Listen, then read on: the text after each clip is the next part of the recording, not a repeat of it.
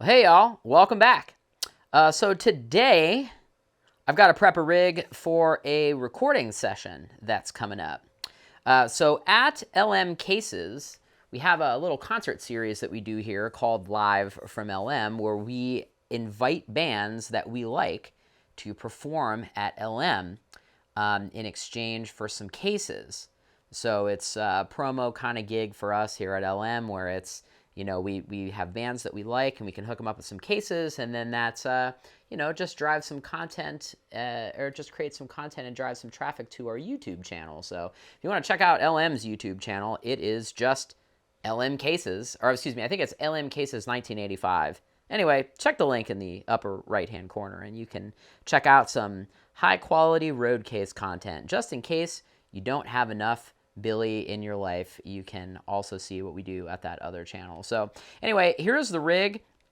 In case you missed it, I just did some routine maintenance, on this secondary ISA828, pulled that thing apart and cleaned it up and put a new power switch in it. So if you want to check out that video, check out the upper right-hand corner of your screen. So let me show you the rig.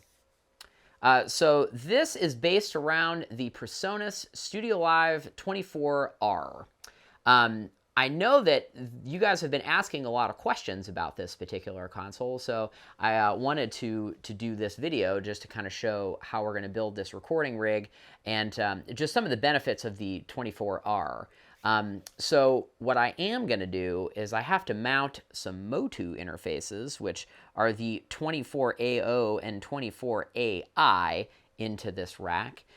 We will only be using the 24AI for this particular rig. And the reason why we're doing that is we are going to hook the 24AI up to the Studiolive 24R. Lots of 24s there, very confusing, because I'd like to use my Focusrite preamps for as many channels as we possibly can. So the setup for this, or I should say the track count for this particular session, is right here. So we are going to be running 28 channels. So with this particular session here, we've got kick, snare, tom 1, tom 2. There's 2 hi-hats with this drummer. So we do have hi-hat 1 and hi-hat 2, overhead left, overhead right, SPD left, SPD right, 2 tracks of percussion, 1 track of bass, 2 tracks of guitar left and right, 2 tracks of background vocals, 2 tracks of guitar, 1 acoustic guitar DI, another acoustic guitar DI, drum vocal, lead vocal clean, lead vocal processed, secondary background vocal. We have a click track, and we have our room mics left and right. So that is 28 channels for the rig. So we are obviously going to need expansion from the 24R, because it only has, as the name implies, 24 channels. So we're going to use the Focusrite preamps on the drums and on the vocals, and then any of the line level inputs, we're going to use the preamps on the 24R. Not that there's anything wrong with them, but I have a rack of Focusrite preamps, so let's use the toys, because if you don't use them, they have to go on the electronic bay. So let's take a look at the back of this rack. So if you missed it, I had a recording gig last weekend where I needed to build some 12-channel snakes. If you want to check out that video, check out the upper right-hand corner of the screen. So I used the 24R on that gig last weekend for a band that I was mixing front of house, but we used the 24R to record the show with a mic split, and then it also handled their in-ears. So I did that from front of house with this, so we just need to do a little bit of a re-rack and config here for this weekend's show. So on the back of the 24R, you have left and right output, and then you have 12 assignable 1/4 inches on the back. So the 24R is going to be handling the musicians' mixes. So we're going to run 3 mixes for each of the people in the band.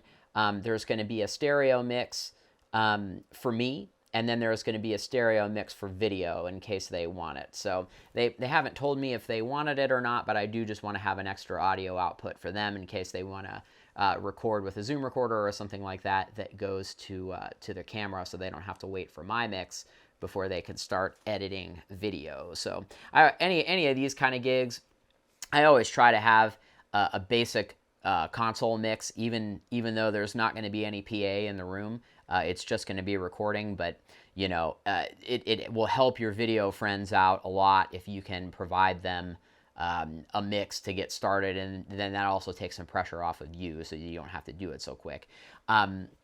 So anyway, going back into the Focusrite preamps back here, they have 8 1/4 inches and 8 XLRs as inputs, and then they sum that to a DB25 output. And then they also have digital option cards in here, so if you want to send that out over ADAT, you can do that too, to let the preamps handle A to D conversion, which is very handy. So the other thing we have is just a headphone amp in here, and then just a very average Linksys router. So the 24AI and 24AO will handle AVB, so the Presonus will hook up to that, and then we'll take the analog input into those via DB25 out of the back of the Focusrite preamps, which is one of the reasons why I like these so much. Beyond the fact that they sound very good, they are also very easy to integrate. So anyway, let's get those interfaces racked up, and we'll get stuff wired. Okay, so we've got everything wired up here. So just to start the config, before we get started, I want to show you what everything is wired into. So on the back of the Studiolive24R, there are 2 Ethernet connections here.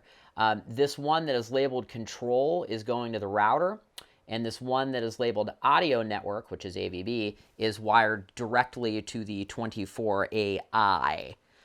So we don't need to use a AVB switch in this particular system because there's only one exterior interface connected. So if you just have 2 AVB devices, be it in this instance the 24R and the 24AI, you don't need the switch. So in previous iterations of this recording rig, I've run the 24AO and the 24AI, but in this instance we don't need that. So again, the 2 devices are just hooked together. Now, before we get going on this, looking at the 24AI here, you can see that it says 44.1 right there, and it's blinking, which means its clock is not synced. But below it, it does say AVB, which means it's getting its time code from the AVB. So what we need to do to get this to sync correctly is just get our clock setting. So right now what we're looking at here is the universal control, the Presonus software. The Presonus StudioLive right now is set to a 48K clock. So all we need to do is just change our Motu to 48K, and everything should sync right up. So this right here is why it is nice to have an AVB switch, because right now what we're going to have to do is connect the Motu device directly up to the computer to change its clock configuration.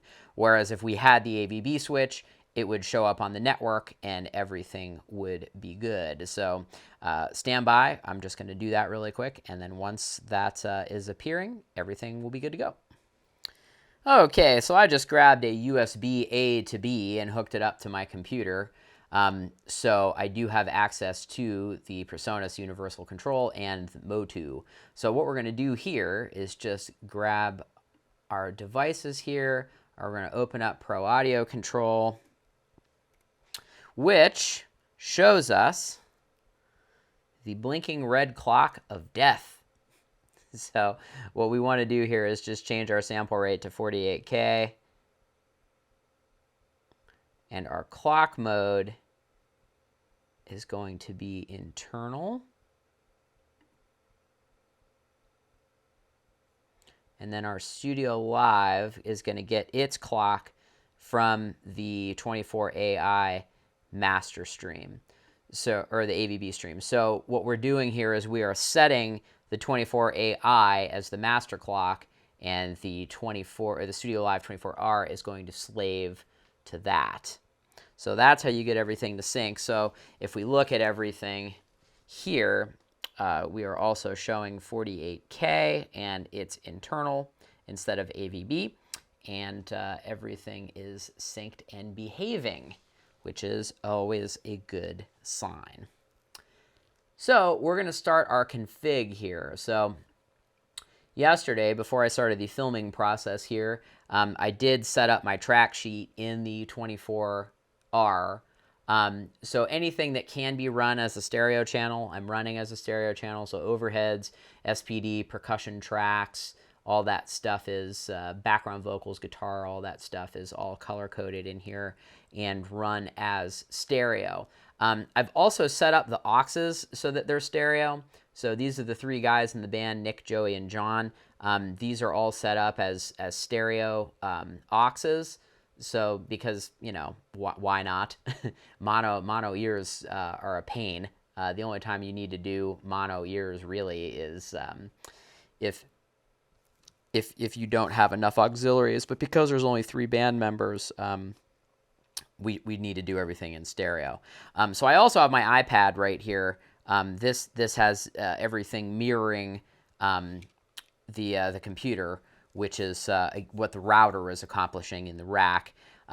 This will allow the band to control their own ears, and I can focus on the recording, and they can do their own mix. So what we have to do now is get our recorder set up. So I'm going to be tracking this in Nuendo. If any of you are looking for a DAW or are unhappy with your DAW, I cannot say enough good things about Cubase and Nuendo. I've been on Nuendo since version 3. We are now in version 10. So right now, we are going to use our Studiolive24R as our interface. So the 24AI and the Studiolive24R do show up, but we are going to use the Studiolive24R. And we'll just get this session created, and I'll check back in with you. Okay, so we've got all of our tracks assigned here in Nuendo. So basically, if we go to our Studio tab here and look at audio connections, we're running 28 inputs. These are just spilled down 1 through 28. And then in the actual session, we've got 28 inputs, and they're just spilled down 1 through 28. So I've got an open channel here at 14 because I don't know if the bass tracks are coming to me as mono or stereo. I assume that they're mono, but I just want to leave one open just in case. And then the other one down here is at channel 26. This is just their click track. That needs to hit the console, but it doesn't necessarily need to hit the recorder. I just want to have it so that the tracks line up. Sometimes when you start to get into that weird soft patch world, you know, if channel, say, room left is 27 on the console and 26 on the recorder, that can definitely do your brain in for a number there on the day of the show. So we are just going to Apple S this. And then we'll go back to our universal control. Okay, so when we're looking at universal control here, this is one of the things that Presonus really excels at. So I'm in the digital patching tab right here. So if we look at how everything on the input side, where it says input source, right now there's a little XLR icon by every single input, which means all of the inputs on the 24R are assigned to their corresponding XLR input.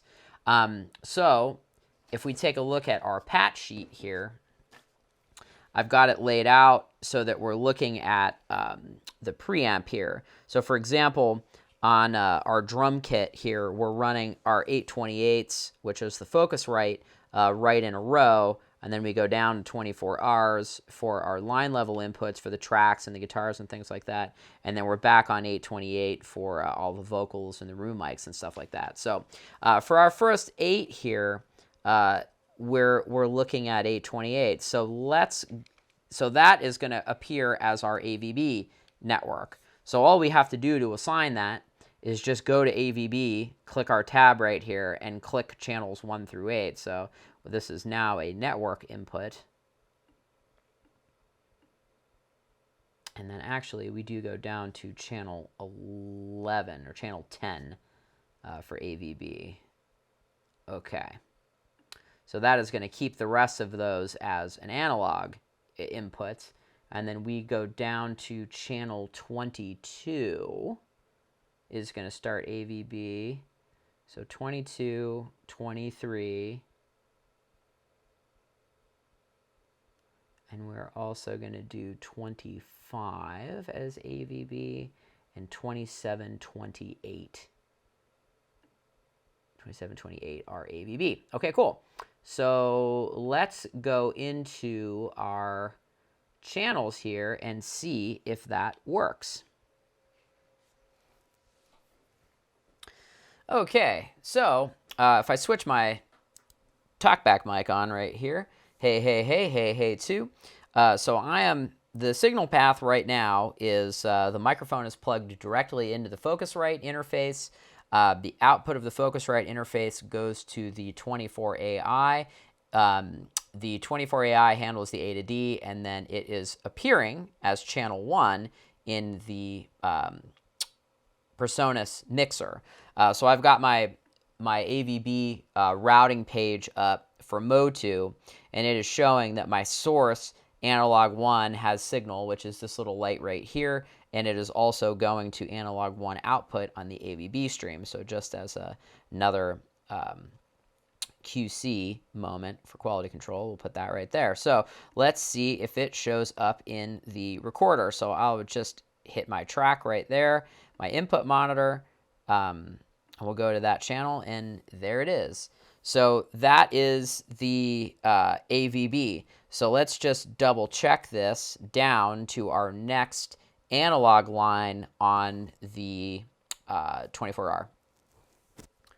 Okay, so right now I moved my XLR input into jack 11 on the Studiolive. And to adjust this preamplifier, we have to go back into universal control. We are going to go to channel 11, which is our percussion tracks, and we will bring our preamp up right here. And I have signal, which is good. And we'll go to our recorder, and we have got signal there too. So let's just make sure our secondary AVB stream works, and then I would say that this is probably good to go. So let's go into... So this will be channel 28. So that'll be our last on our AVB stream here. Okay, so we're on our secondary AVB stream here, which is the secondary 828. So stuff is starting to not show up where it's supposed to.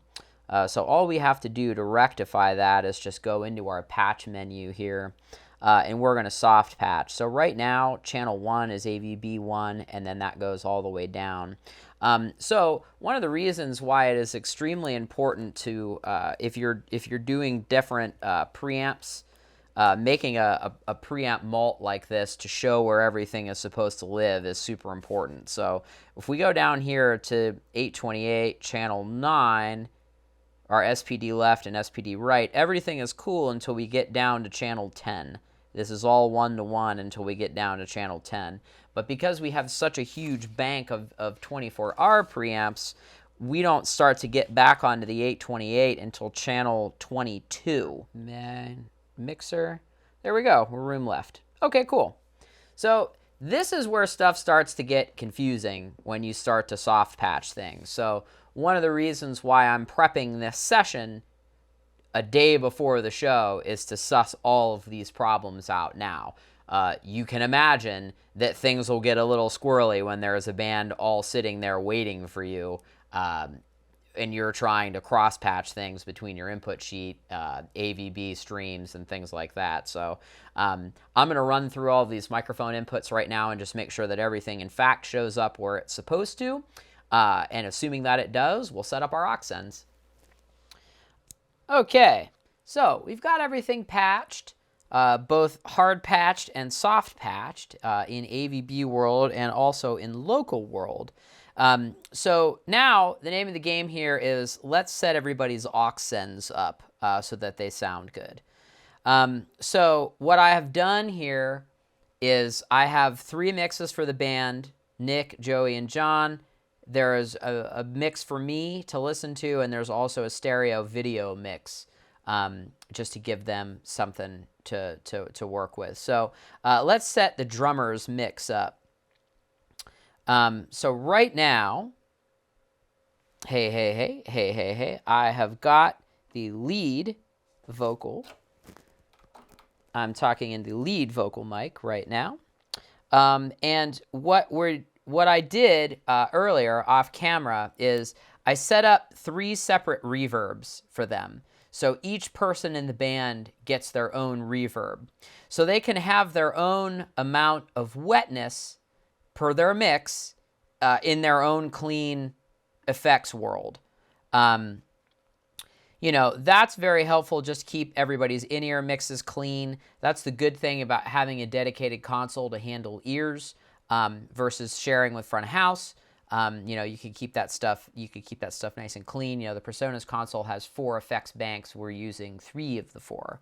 And oh, actually, I should also say, I'm using a vintage plate reverb on each one of them. It has 0 milliseconds of pre-delay, and we're using what's called 0.32 of reflection. I don't know if that's in milliseconds or what, but I like to keep my vocal verbs very tight. I don't want a lot of tail. They are, I try to keep them as close to an ambient reverb as humanly possible. So let's set Nick's mix up. So he's the drummer and he also sings. So what are things that drummers like? Well, we're going to put the lead vocal up, but we're going to put the lead vocal at, what is this, minus 9. Okay, so we're going to put that right below it, and we're going to give him a lot of SPD pad. We are going to give him some percussion tracks. We're going to give him a lot of kick, a lot of snare, a little bit of toms, and we'll pan these. So we'll pan this mix from the drummer's perspective. So the rack tom, we're going to pan right, or left rather. The rack tom, we're going to pan right. And then he's also got 2 hi-hats. So on the one hi-hat, the main hi-hat, we're going to pan that left. The auxiliary hi-hat, we're going to pan that right. And then we're also going to give him a little bit of stereo overheads. The other thing we're going to give him is a lot of bass. We're going to put that right underneath the kick drum. We're going to give him some of the guitar tracks, some of the background vocal tracks, which we're going to make that stereo. Make this stereo. This is the guitar player. He's also stereo. Give him some of the acoustic guitar. We'll pan that just a little bit. And what we'll do is we'll pan the vocals a little bit. So we'll put the lead singer a little bit to the left, the other singer a little bit to the right, with his vocal in the center. And we'll also give him a lot of click. And I'm also going to put my own talkback mic up in his mix so that he can have that. So as far as assigning his effects, so this is Nick's mix, we'll get into Nick's effects. Let's think about things that he might want reverb on. So let's put his vocal in there. We'll put the singer's vocal, the other singer's vocals in there just a little bit. Let's give him some verb on his snare drum. Let's give him a little bit of verb on his overhead just so that it's not so isolating. Okay? And that is the first mix. So that's pretty much it for setting the rig up. I'll see you guys once the band gets here and we get everything set up, and you can kind of see how everything's mic'd and what we're up to. So see you there.